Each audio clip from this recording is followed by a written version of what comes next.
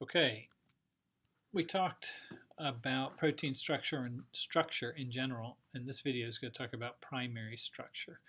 Remember, primary structure is just a description of the sequence of amino acids in the polypeptide. So what is an amino acid? Well, it's an amino acid, right? We have, in all amino acids, a central carbon, which we call the alpha carbon. In all amino acids, that central carbon is bound to a hydrogen, an amine, and a carboxylic acid. And so this portion of all amino acids is the same in general. There's one little exception that we're going to talk about.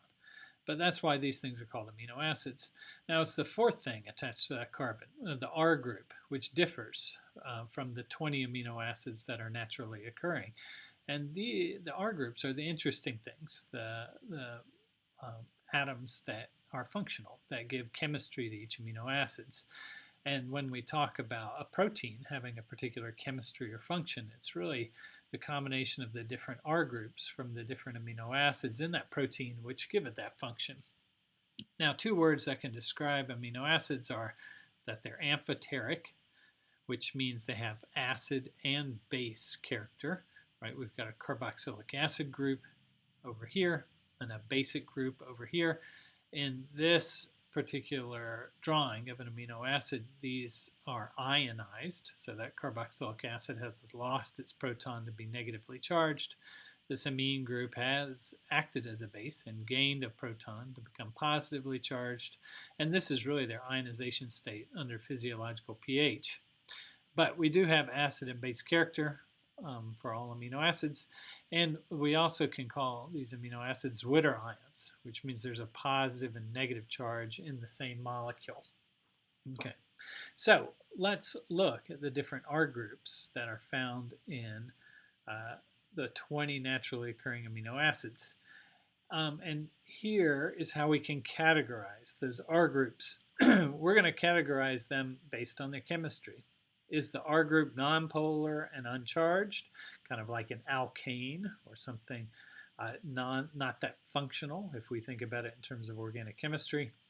Or is the R group polar and uncharged, like an alcohol or something like that? Or is it polar and charged, like in this case, a carboxylic acid that's lost its proton, or an amine group that has gained a proton to be positively charged or negatively charged for these carboxylic acids. So we've got 20 possible R groups. These are the different flavors of amino acids, and you will have to know their names and what chemical category they belong to. And not only just their names, but their abbreviations. The abbreviations, there's two types of abbreviation for each amino acid.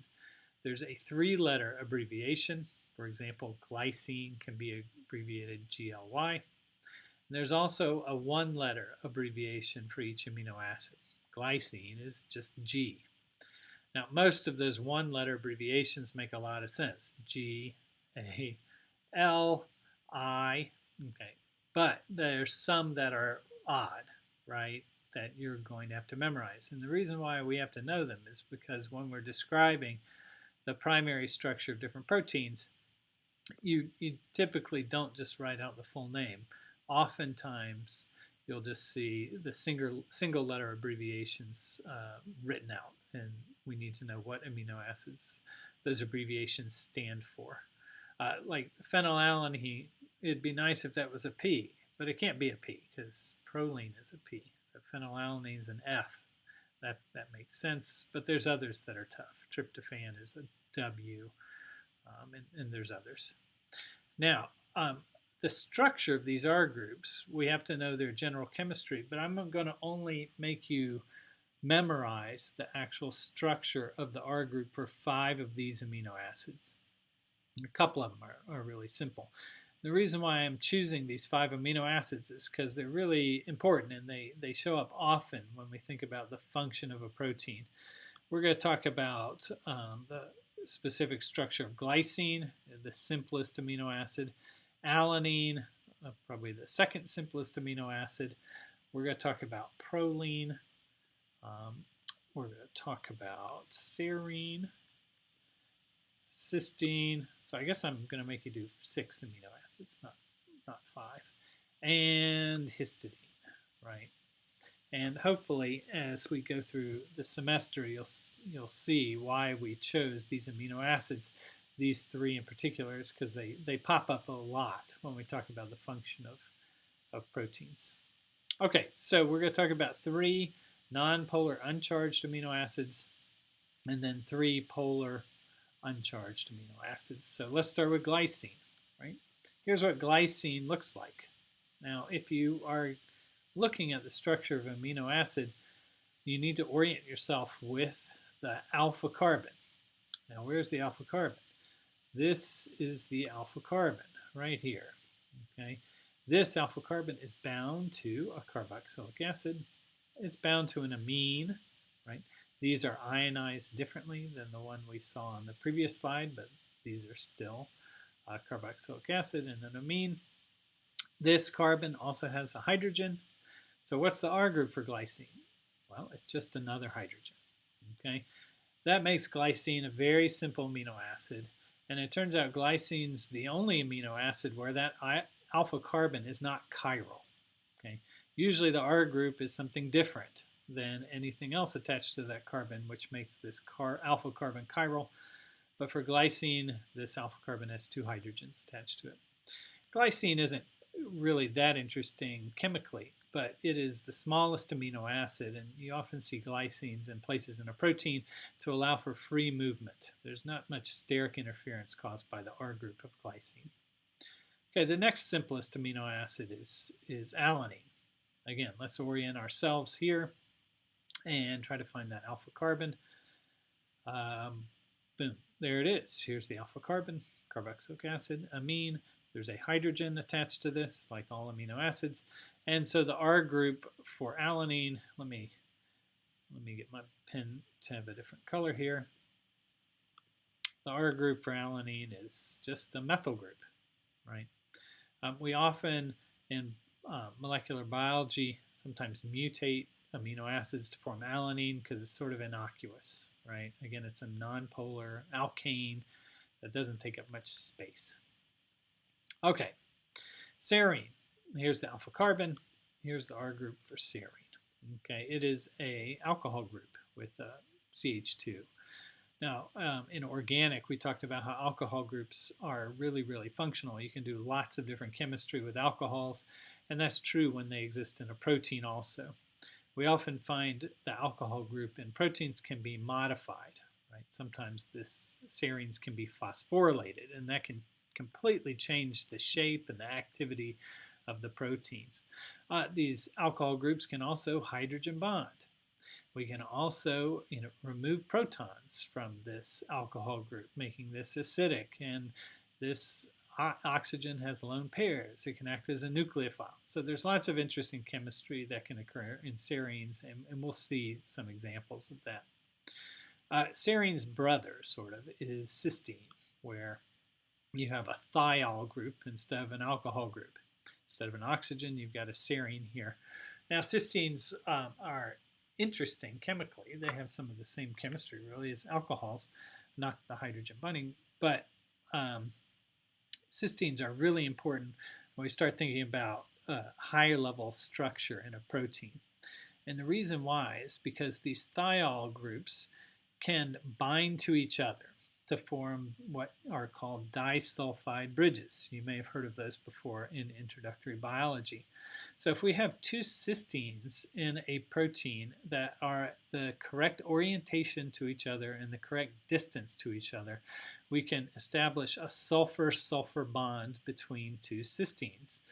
And that forms this disulfide bridge, right? A covalent linkage between 2 different places in the protein. Now this locks together 2 amino acids in a protein, and it can really affect the 3-dimensional shape. It's also a reversible covalent bond. And so under oxidizing conditions, we form these disulfide bonds if these cysteines are the proper distance from each other. But we can also destroy them by putting this under reducing conditions to establish these SH bonds. Now, this is important because you've probably heard of this before. There's a protein that is in your hair called keratin. There's lots of cysteines in keratin, and they can form disulfide bonds to strengthen the keratin molecule. Now, sometimes you want to shape your hair differently, get a permanent, and style it. And some of the chemicals used by the beautician when hair is styled is break any established disulfide bonds by putting reducing agents on the hair. That allows you to shape the hair in whatever way you want. Then you scaffold it together with aluminum foil and curlers and whatever, and then you reestablish new disulfide bonds by putting that hair under oxidizing conditions, and that's why it's called permanent. You're making covalent bonds that stay around for a while. Okay, proline is a strange amino acid, and probably you can see why we think it's strange just by trying to identify what the alpha carbon is. It's a little different than the other amino acids. Here, obviously, is the carboxylic acid group. So, this must be the alpha carbon, and it is, right? That's the alpha carbon. But where's the amine group? Well, it's sort of tied up in this ring, right? We do have our hydrogen here. That's not shown in the skeletal structure. And so in proline, proline's interesting because the R group was just this carbon chain, but it wraps back around and forms a covalent bond with the amine group. And so we get this cyclic R group that's also bound to the amine. And it turns out whenever you see prolines in proteins, you think that that protein is going to be kinked or bent at the location of the proline. That's because when we tie amino acids together, having a proline there sort of establishes this weird little turn because the R group is stuck in a position binding back to itself in the amino acid. So when you see prolines, you think of kinks or bends in proteins, and sometimes that can be really useful. There's been some evidence to show that amino acids that are going to be modified by enzymes are sometimes next to prolines, and it's almost like that kink in the protein by the proline helps display that next set of amino acids so that they're accessible for enzyme action. And obviously, if you get a whole string of prolines together, it forms a helix. There's a bend and another bend and another bend and another bend. So a polyproline polypeptide is a helical structure. Okay, the last amino acid is by far my favorite amino acid. It's histidine. Okay, here's our alpha carbon. I got our carboxylic acid. With this particular image is showing a resonance structure, and our amine group, it's got a hydrogen, and then our R group over here. Now, why is histidine really important? Why do I like it? Well, it's these nitrogens present in the ring. They are really, really good at acting as acids or bases, right? We could donate this proton if we wanted. This could act as an acid. This nitrogen can accept a proton acting as a base. And when we think of proteins as being catalysts, one way in which proteins catalyze reactions is through acid-base chemistry. And oftentimes histidines are providing that chemical functionality, accepting protons, donating protons to help catalyze a particular reaction. So we like histidines and we need to know about them.